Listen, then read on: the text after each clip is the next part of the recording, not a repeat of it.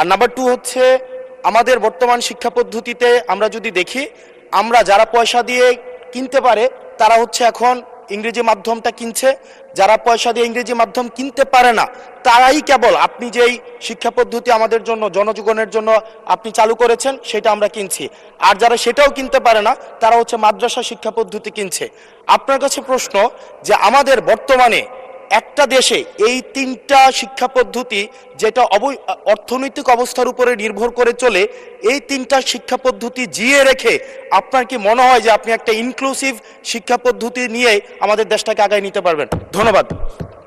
মাননীয় মন্ত্রী, আমাদের 3 ডাইমেনশনাল যে শিক্ষা ব্যবস্থা রয়েছে সেটাকে সমন্বিত করা, ধর্মীয় অনুভূতিতে ইবতেদায়ী রয়েছে, মাদ্রাসার মধ্যে রয়েছে, কওমিতে রয়েছে, ইংলিশ মিডিয়াম রয়েছে, বাংলা মিডিয়াম রয়েছে, সবগুলিকে সমন্বিত করা একটি জটিল ব্যাপার রয়েছে।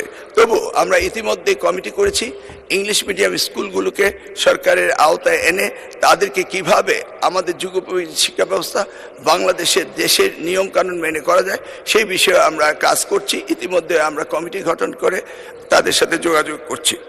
দ্বিতীয়টি হলো ইবতেদায়ী শিক্ষা ব্যবস্থা, সেটাকেও আমরা ইতিমধ্যেই আমরা সেই বিষয়ে ব্যাপক কাজ শুরু করেছি।